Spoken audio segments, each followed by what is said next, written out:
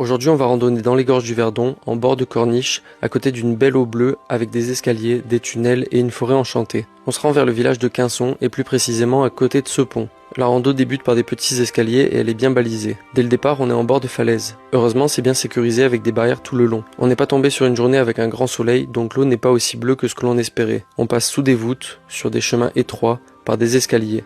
Et ça, toujours à côté des belles eaux du Verdon. Il y en a qui ont pris l'option facile avec les bateaux, mais ils n'auront pas le plaisir de passer devant la cabane du garde-canal. On y trouve des explications sur ce sentier et sur les tunnels qui servaient à alimenter en eau le bassin d'Aix-en-Provence. On en a profité pour faire le pique-nique ici, les pieds dans l'eau, et au vu du comportement de ce canard qui attend les miettes, on ne doit pas être les seuls à s'arrêter ici.